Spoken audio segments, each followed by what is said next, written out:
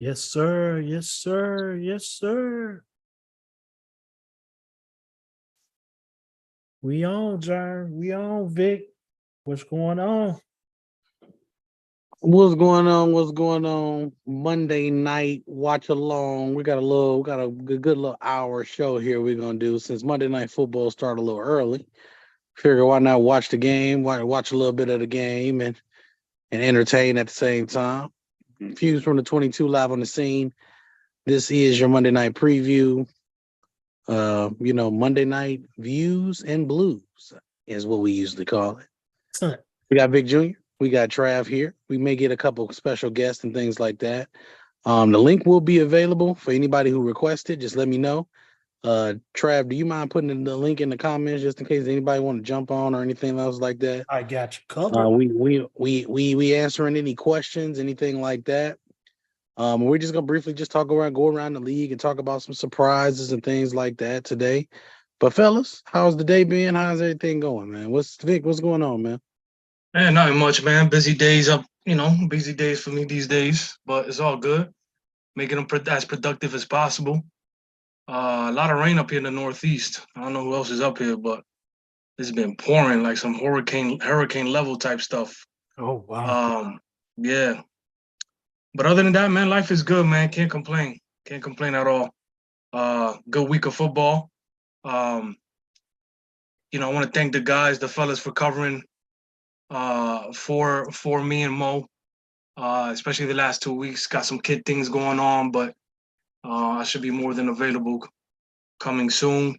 We definitely want to do some film reviews and stuff like that live. We try to make sure that the film is obviously visible to those, to whoever is screen sharing and things like that. Because man, football's been good, man. It's a lot of drama in the NFL, but at the end of the day, like the players are out there busting their butts, making sure we got a good show to watch, every Sunday, Monday, Thursdays, whatever days they playing football these days. So, but what's going on, Trav? Man, just a good old Monday night going on, man. My boys playing, man. So I had to come and join the fellas, man, and see what's going on. So, Yeah, hey, man, Bucks, Philly. the 2-0 Bucks. Yes, sir. Yes, sir. 2-0 Bucks right now. Let's get Trying it. to make it 3-0. Right now, we didn't. That looks like we didn't punted the ball. So we just going along. Now we get to see the real deal. This defense, man. We got to see how this defense works. So Jern, talk to him, man. Let him know what's going on, man.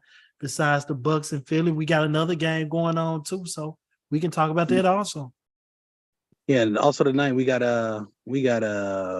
Cincinnati and the Rams tonight as well. There's a Super Bowl rematch of a couple years ago.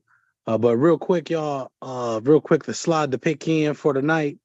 I'm gonna go ahead and throw Philly the nod to tonight. I think the defensive line should be where I think the defensive line is the one area that they're really exceptional at, and that's the one area that I think that the Bucks can be, challenged the most at is in that defensive line area. But more importantly, I just think that Philly should be able to score 24 to 25 points, and that's gonna be enough to beat the Bucks tonight. Vic, you want to put a prediction on there? I mean, yeah, why not? It's a battle of Ohio, Jesus. Oh no. Former Oklahoma State quarterbacks here. Between Jalen and Baker. Give me Baker just for the hell of it, just because I'm a Baker little groupie, they call me, as they call me in the group. Baker's little groupie or whatever. I'll just take the Buccaneers, man. I think they've been looking good. They've been looking decent on defense. They've been running the ball well. Baker and Mike have a good connection. I think him and Godwin should be able to pick it up a little bit as well. And the offensive line has been holding up. Trav talked about it a little bit before we got on. The offensive line, they moved Tristan Wirfs, the great right tackle. They moved him over to the left tackle now. Now that Donovan is gone, somebody that we've talked about for the last 3 or 4 years when Brady was around. We've been heavily criticizing him, but now he's been replaced by Tristan. And the rest of the offensive line is some new faces there. But so far, they've been holding up against the Bears. We watched a little bit of that film. I mean, listen, they had control of that line of scrimmage. So, like Jerm just pointed out, that Eagles defensive line is going to be even harder of a responsibility today for that offensive line. So we'll see how much protection they provide for Baker on top of the run game that they've been doing well with as well. Mm-hmm. Mm-hmm. And right on Prayer. cue. The person who was pissed off last week is the one that's going off this week. Who that? AJ Brown. Brown was mad. He wasn't getting the Yeah, ball. AJ Brown has had 2 consecutive plays where he's pretty much done whatever he wanted to do. Done So, whatever he wanted. Shout out to Cat 5 category Storms, Josh Storms, as we like to know him, or as we know him. The first one joining us here. He said Joe needs to sit down somewhere. Joe trying to play. Yeah, he's trying to play. How y'all feel about that, man? Like the Bengals are off to another 0-2 start. They did the same thing last year. And they ended up in the playoffs again. So should Joe Burrow be taking some breaks with that lower body injury? Now it's time to protect your investment. That's what that's all about. You have to protect your investment. In this instance, you got to protect it. He has a calf injury. What I've seen from calf injuries, they can most definitely creep up to be Achilles injuries, just as Kevin Durant did. So far in that division, nobody's 3-0 yet, right? Nobody went to 3-0 this week, right? Everybody got an L. Yeah, everybody. So the Ravens lost. Basically, the Ravens and Browns next week are going to be playing for the division lead. Yeah. So basically, the Bengals are not that far behind, even if they were to go 0-3 today. No, they're behind because they're behind. But they've already lost to the Browns. They've already lost true. to the Browns, so that's the one thing that's there. And the other thing here that's the most important part of why going 0-3 is going to kill them in this division is because all the other teams right now currently are 2-1. And I believe the thing is going 0-3 and in a division like this is probably not going to be the best. It's not going to be the best thing, nah. As the Bucks get a stop. The Bucks got a stop. 4th and 2? 4th and 2. Oh, wow. Oh, wow. Jerm, you're ahead of me. You're ahead of me. That's the issues we've had. Oh, my God. That's the way you stand up, defense. That's the way you stand up. So here's what I will say. If you're Cincinnati and you start 0-3, I would have preferred we start 0-3 with Burrow not being in the lineup. Right. So that's what I'm saying. Like, do you think he should take today? They let him heal another week. At this stage, once you get to about week 6 or 7 or 8, if it ain't going right, you might as well shut it down. Yeah. Josh said, I'm not even thinking about this season anymore. I'm thinking about Joe's long-term health. Investment. You got to protect it. He's basically what he's saying is you got to protect the investment. Yep. You just gave this man boo. You gave this man what 200 and something and 100 and something guaranteed. $250,000. Yes, $250 million. You got to protect your investment, man. Yeah. You got to protect the investment. With that being said,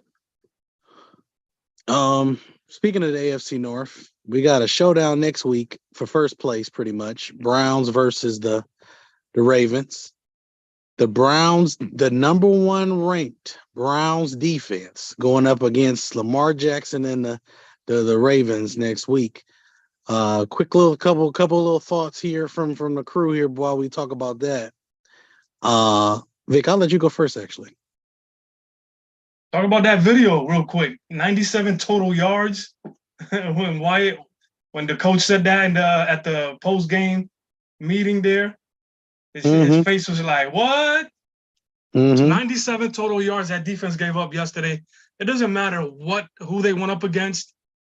That's some solid defense right there, man. 97, I think what was it, 24, 20 something rushing yards. Mhm. I mean, listen, that interior is looking amazing. Myles Garrett, there was a video, that's going around as well, with him being basically double teamed by the tight ends. He was moving back and forth, and they were following him. I'm looking forward to the film on that, kind of see what they're doing defensively. I mean, ultimately, just like it is with every single team, Germ, is about health, man. And it was really, really hard for us to see Nick Chubb go down like he did last week. Germ and I talked about it. We thought that was a pretty dirty play by Minka, and we got a lot of respect for Minka. We kind of concluded that it was a little dirty, in a sense where he was already engaged and he had some time to kind of go at the ball, kind of hit him at the ball instead of at the knee. That's my opinion on that. I respect it. It I happened. respect it. I respect your opinion, but at the same time, I don't know. I don't know about that because not that. Oh, nice catch. Not that I'm saying that it was a dirty hit, but everybody got him right here, and you want to cut him, but don't you? His cleats did get stuck on the ground. His cleats was in the ground, and you got right. that force going against his force because let's because now Minka is getting labeled as a dirty player, especially what he did last night. Clean blissed him. By the rule, the helmet doesn't contact where you're going to hit a person at this point now. Yeah. Where you go? You can't, Vic. If you're going up against Nick Chubb and you going at him up top, you're a fool. Well, so my thing is that I think he could have went at his thighs to hip, his waist to thigh area, trying to cause a fumble. He was already engaged by somebody. So when you already have somebody's weight on you, you can't, his leg is not going to go up. Your cleat is going to be into the ground already because there's weight on top of you. So now when you come in and hit somebody at the knee like that, what is the knee? The knee's got no choice but to go the other way. Right. So he could have put a shoulder into the ball. He could have put a shoulder into his hip, into his thigh area. Instead, he went a little lower, and I think he had enough time to kind of judge that. It already happened. It's one of those situations where it's 50-50. But it is not. This is something that Minka kind of has some questions about, and it's not just this year. It's before how he plays the game and stuff like that. Again, we got a lot of respect for that player. Jerm likes to talk about him a lot, how he's the catalyst of that defense. But we got to protect each other, man. And like, again, you ask the players, they rather have a concussion than their knee blown out. I understand. But yeah, I mean, in the heat of battle, it's tough. It's a 50-50. Ooh, that's a good return. We can say that again. Yikes, that was a great return. Yeah, no flags. I ain't gonna even. It's just the fact that in the heat of battle, it's so much that's going on, and you just going at this point, you're going off instincts. We got to get him down. We got to get him down. So at the time he was running all over them. So right. He had 60. He had 64 yards and was about to get a touchdown. He's about to get a touchdown on that. It's tough, man. It's one of those things that you just really hate to see it happen.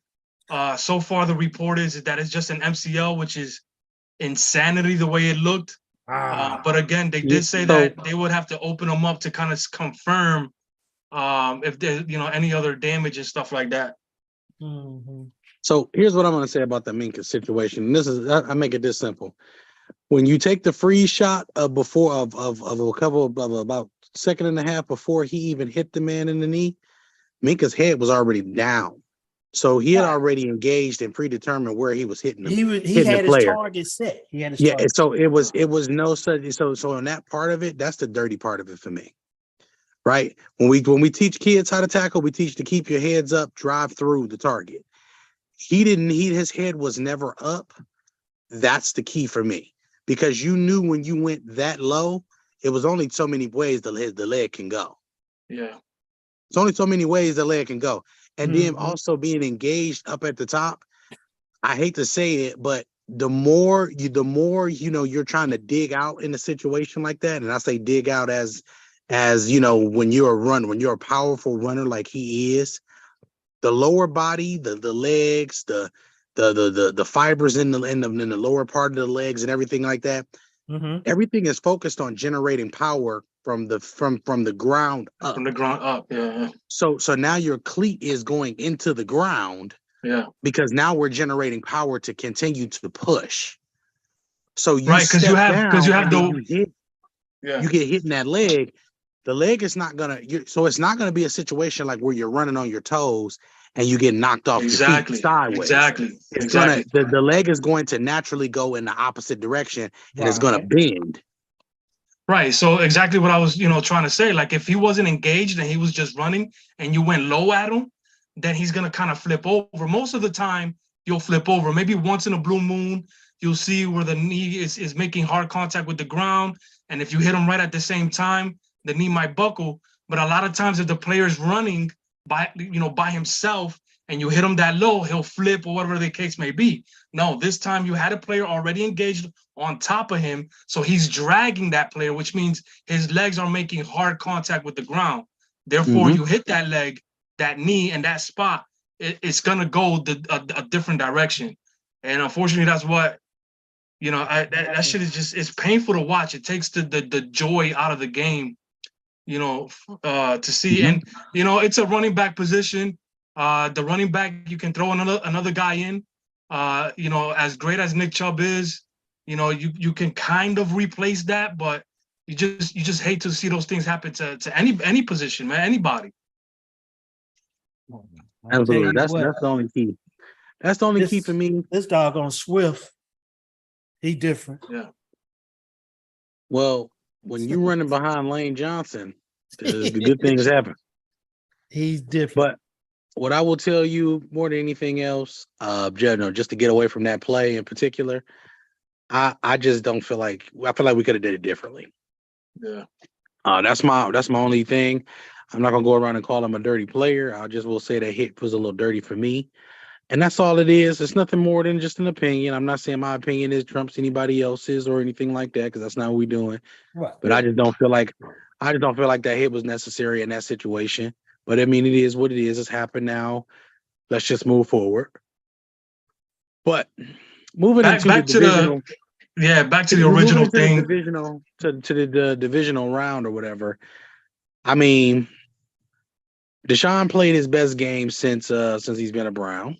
Yes, last week. It was a questionable call last week also where Amari Cooper caught the ball up the sideline and they said he was out of bounds. What's touchdown? Which was that's another touchdown. But we're not going to talk about it. It's been a couple questionable calls against Cleveland these last couple of weeks that I've been wondering what's going on. But we'll talk about that another day. With that being said, Ravens, Browns next week. What's some things that you guys are looking forward to for that game? How they gonna defend? What the Ravens gonna do with 95? Exactly. That's one of the main things. What they're going to do, and I don't know what's the deal with Lamar and his new offense, but he's every time he's either fumbling the ball or throwing an interception, and it's like, what are you looking at? Yeah. What are you looking at? But I understand it's a new philosophy he's going through. So it's gonna take once he get the kinks, I think he's going to be fine. But right now it's like what he's reading and how he's being careless with the ball. He can't do this against Cleveland because Cleveland is going to. You turn that ball over on the 20, Cleveland may run 7 plays for 20 yards. your offense is not on the field. They grinding. They taking care of what they need to take care of. It's gonna be a good game, man. But again, that's a rivalry game, man. Anything can happen. Yeah, I don't know. It's some highs and lows so far for that Ravens offense, man. That the week one, it wasn't a great passing game. The week two, they did they I don't know, did they max out maybe? Week three, back to being below average again. So that's what I'm saying, Jerm. Like, I think, obviously Joe is active for today's game. He's gonna play, but even if they were to, give him a week off, they go 0-3. They could still go 0-3 with him in the lineup, obviously. But I think they still have a chance to give him a break, and I think they have a chance to still catch up, because I just think this division is just gonna beat up on each other. Nobody's gonna necessarily separate unless the Browns stay healthy and go on an insane run. I think they'll beat up on each other. So I think 0-3 is not.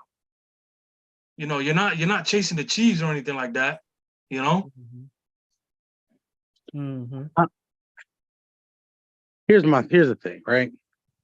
To be all the way honest with you, remember last year, if I'm not mistaken, didn't we have a 4-turnover Lamar game in a game against Cleveland? Yeah, he has a rough time against them, huh? He has a rough time against the Steelers too, but we'll talk about that another day. When it's that week. But he had a 4-turnover game against them the week before that. He's had a rough time against Cleveland the last year in general. It's just been Cleveland has had a hard time scoring. So now you insert the fact that if they're there, if Deshaun is playing at the level that he's playing and they're able to score and put some points on the board, we're looking at a whole different game, looking at a whole different ball game just in general. I say the threshold for Cleveland is always going to be about 24 points. If they can put 24 points on the board, they're going to win 12 to 14 games, because that threshold, that defense isn't giving up points. They still have yet to give up a red zone score all year. Wow. There has been like the Titans entered the red zone, but they didn't end up finishing in the red zone. Let's just say that. So these are things that you have to look for when you're looking at a team like this. Like the athletes that Cleveland has right now currently are athletes that will test Lamar in a lot of different ways. Having all of the cornerbacks that Cleveland has with Emerson, with Ward, with those guys like that's going to be a really, really interesting situation in itself. But the even bigger picture is Cleveland's linebackers are very, very good in space. With Anthony Walker and JOK, I think those are things that are going to be really, really interesting. And Zadarius Smith and Myles Garrett together are just playing lights out. Like they got the perfect complement to each other. It's like it seems like that they're able to move Myles around, and they're able to do things now with Myles that makes him even more dangerous, and that will preserve his health throughout the rest of the year. I'll tell you what, Charles. Right. Just as we say about the Browns defense, I mean, you got Queen and Smith. They pretty darn good too. Those guys are good, and the defense for the Ravens, the front seven for the Ravens is gonna always be pretty good. Right. The thing that we worry about for the Ravens is how are they gonna hold up in that secondary? In the secondary. And that's where I would say the ultimate difference between the Browns and the Ravens. But again, I would say this: it's a rival game, man. Anything can happen. Anything can happen. And they're gonna be in Cleveland this time, right? Yeah, they're in Cleveland this week. Yeah. So we're gonna cover that game more extensively throughout the week. Mm-hmm. So we might be on the lookout for some information. We'll talk about it more. But I mean, another surprise thing that happened this week, as we're approaching the 7:45 mark, so we know the other game get ready to start here in about 15, 20 minutes. Dallas. We go to Arizona and we lay an egg. What's that about? They couldn't stop the run to the level of your competition, and this is what happens. They couldn't stop the run. I mean, I know Tony Pollard had about 100 yards. But it seemed like they couldn't really run and dominate with the run. Dak again, roller coaster ride. Like, you know, again, we just naturally consider Dak a better passer than Lamar, but they both roller coaster rides of emotions when it comes to passing the football, Jerm. If you want to know what the real honest truth is. People say that Lamar's issue was his head coach, but we know Mike McCarthy is the issue in Dallas. I mean, you know, I blame Jason Garrett too for all that mess for like 12 years. So the ghost of Jason Garrett still live when he's gone. Again, this is why I just can't associate myself, because again, the Cowboys front office is going to continuously be involved as long as their faces produce more money. And until they start to hire real football knowledge people, and they step aside, go away, and let those people run, you know, the operations and everything, they're gonna struggle with they're always gonna draft good talent. They're always gonna draft good talent because they have one of the best scouting. They have one of the best scouts in the league, and Big Will, and his team and stuff like that. But when it comes to coaching, when it comes to continuously developing the players and putting them in position to perform, the Cowboys are going to continue to struggle. You know, and it's just a matter of time where Jerry's going to have to just give it up, man. You know, I don't want to give up on them. I mean, it's only week 3. But again, these are the same roller coaster of emotions. They had 2 great weeks in week 1 and 2, and then all of a sudden, you know, they lay an egg against the worst team in football. I don't know what to say anymore, man. It's been like this for a decade already. It's just really been stupid. We're playing to the level of your competition happens. That's exactly what happened. That's exactly what happened, man. Incredible stuff, man. You know you better than them. You're supposed to enforce your will and play your top level while they still right here. You don't. Here's the thing. Dallas is so good as a team. You get to the point to where you know you're supposed to take care of them. So take care of them. Yeah. But Dallas well known. They're so well known of playing to the level of their competition. Stuff like this happens. Yeah, preparation is inconsistent. You know, from week to week, the preparation from the coaching staff down to the players is inconsistent. You know, so again, my point is with the front office, they're going to continue to hire yes men as coaching staff. And again, until you give yourself back a Bill Parcells or somebody that's going to tell Jerry, yo, step aside a little bit, until that guy shows up, you're going to have the same type of show in Dallas. Just run the ball back. If you're going to sit up there and just run it, man. Just run it. What else you got adjourned from that game, or you want to move? I thought it was another game. I thought it was another game you was going to talk about. I'm going to talk about another game too. What game is Excuse me. The thing I want to say about the Cowboys game is this. Yeah. The defense was inconsistent. If the defense is where you hang your hat on, they need to be consistent. Yeah. That's my first issue. The second issue that I have is this is where you miss a guy like Zeke more than ever, considering Zeke is a bigger, stronger, more physical back. Mm-hmm.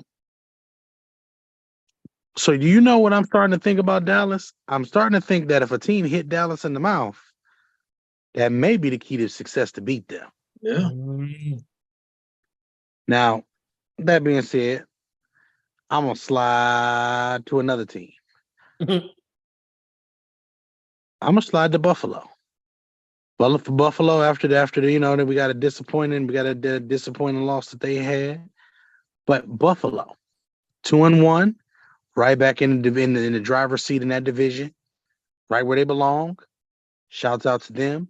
They played a damn good Washington team with Eric Bieniemy over there, calling the shots, calling the plays.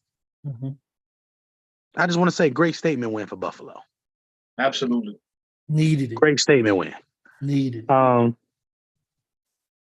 Both sides of the ball showed up to play. Both sides of the ball did their thing. Shouts out to Buffalo. Not really much else to say on that one. Now, as far as the Miami Dolphins and the Denver Broncos go, Oh, jeez. if you give up 70 points in an NFL game, what I'm going to first thing ask is how many times did we turn the ball over? Then after I ask that question, I'm going to say, how many plays did we give up that were of 40 yards or more? Then I'm going to ask, what was the time of possession? Then I'm going to ask, who was the quarterback? The answer to those questions is, if I asked how many plays you gave up of 40 yards or more, you better tell me about 15. The next thing is, you better tell me you was playing Pat Mahomes and the Kansas City Chiefs. That's the quarterback you was playing. But most importantly, what you also better tell me is you better tell me you had about 6 turnovers. And some of those turnovers set you up in the red zone. And none of that happened. And none of those things happened. We're talking about a situation where they dominated them in every aspect of the game of football. You dominated them at the line of scrimmage because you ran for over 350 yards. They ran for 350 yards, threw for over 350 yards, and another quarterback came in the game and accounted for another 2 touchdowns. So the backup up to Tua had a touchdown. They scored 10 touchdowns in a football game. 10 touchdowns and they scored 70 points in 60 minutes. That means every minute they put a point on these people. Yeah, they did. Yeah, they did. You got your ass whooped out there for no reason. And who's the best college football team this year? Is it Alabama again? No. The best college football team this year is probably Georgia still.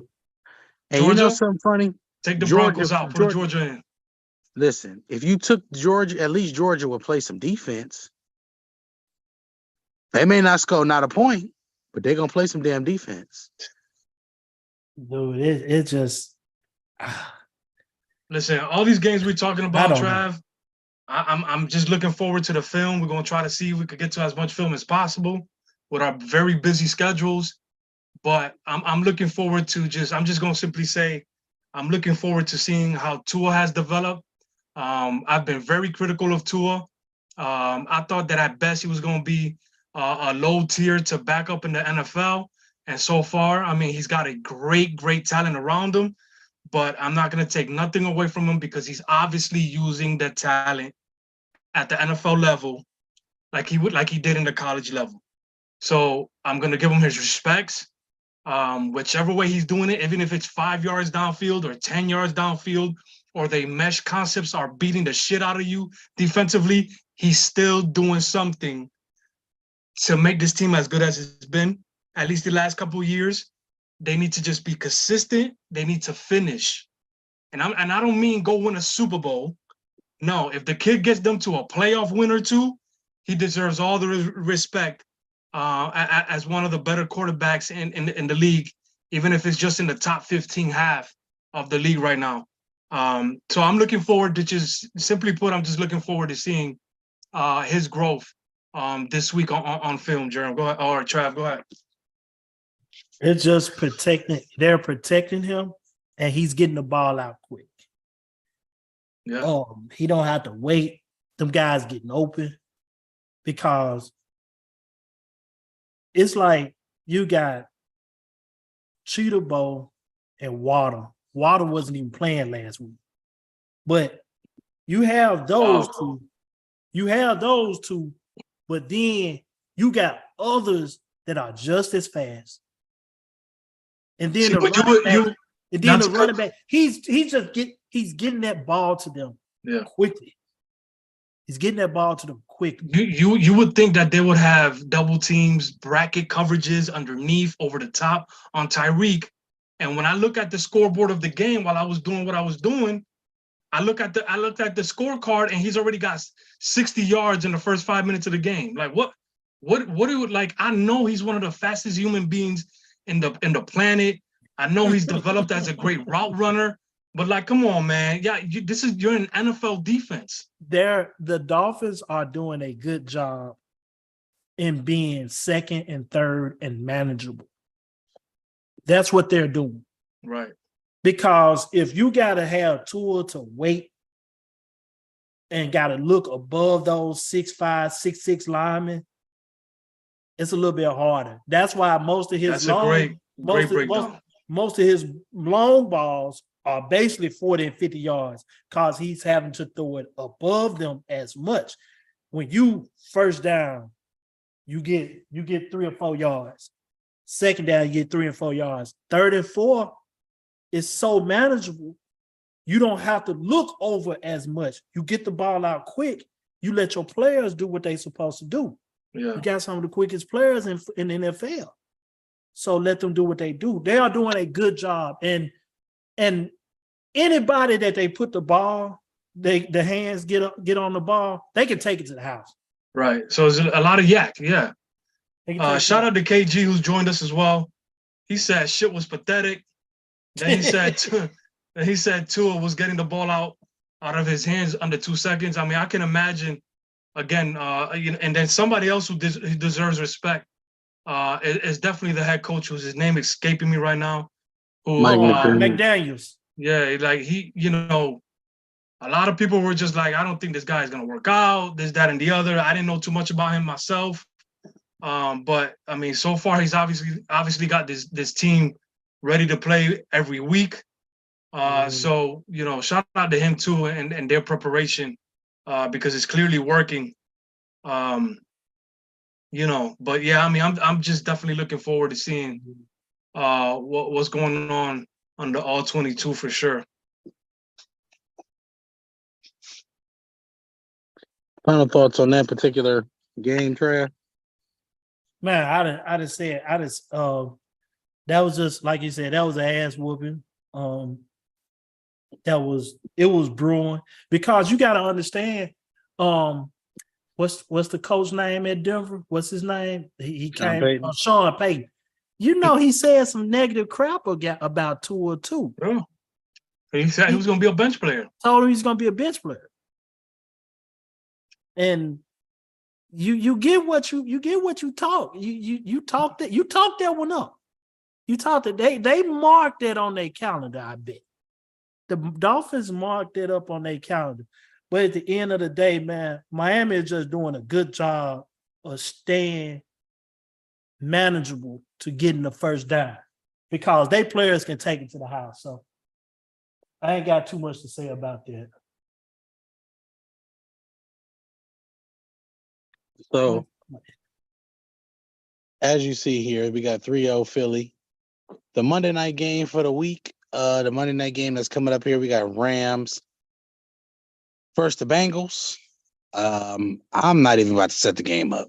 And I'm going to tell you why I'm not setting the game up. Because these games really don't need much to be set up. It's a Super Bowl rematch, obviously. A lot of things have changed personnel-wise and everything else. Give me the Rams. I think the Rams can get enough pressure to make this game hell for Joe. And that's all. Wow. That's what I'm about to ask. Is he going to even play, though? Well, again, he's active. Let him play. So I'm assuming he's going to start. I mean, he is the quarterback, so you're going to put him active, he's going to start. It's a tough one to gauge, man, because, again, I mean, the Rams have been playing well. They've kind of exceeded my expectations to start the season. Sean McVay, again, one of those coaches that always has his offense prepared. He's got some pieces there that have come out of nowhere. Like Puka Nacua. And then the other kid, I forget, is it Ty Atwell? It's kind of covering for Cooper Kupp right now at receiver position. Man, They're doing well. what? Say that name again, Puka Nakua. man. Last time I seen dude, he would catch 20 some passes. Yeah. He looks, Like, yeah, again, but they do a good job. Sean McVay does a good job scheming guys open, right. especially the slot receivers. So yeah, I mean, I can see them definitely giving the Bengals issue. I think I'm gonna go with the Rams as much as I would like the Bengals to win, obviously. Kind of continue their run as a good young up and coming team for the last couple of years. But I think the Rams definitely have what it takes to definitely give the Bengals issues. So I'll go with the Rams this week too. I think Joe starts to get the ball out of his hand now. I think Joe starts. I mean, he's gonna be in the gun a lot. So now he got to get that ball. He got to get that ball to Chase, man. I don't know where Jamar Chase been, but I think this is the time Jamar Chase do what he's supposed to do. Double and triple coverage. Yeah, because he ain't got to go out to the triple coverage. They'll probably have to bracket something inside. That way Joe can go over that. But if they're gonna wait till he get there, I think Jamar can get open and can give him the ball a lot quicker. So I'm gonna go with the Bengals, man. Go with the Bengals tonight. Okay. Well, with that being said, quick breakdown of the week. Pretty much just a quick breakdown of the games for the night. Any final thoughts, fellas? Man, I'm so in tune to this game right now. The Bucks and got another stop. They trying to drive, man. I just hope they do good and at least compete and hopefully pull this off. I'm just ready to see good games this Monday night, man. Let's get it, Vic. Let's get it. About the log in right now, see what Baker's all about, what he's been about. Hopefully he continues to play some consistent football as well.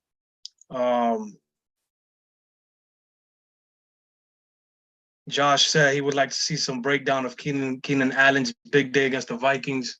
I mean, there's so much to watch, man. It's tough. And we're gonna talk about that. We're gonna talk about that in just a few minutes, but we're gonna wrap this up, man, and let y'all get to the games. Again, go in the group. I put the Zoom link in there. We're doing a watch along also. So if y'all want to come and join and talk your talk, we're here for it, man. I'm waiting on you. So Jern, Vic, one of y'all take us out, man. 22. See y'all later.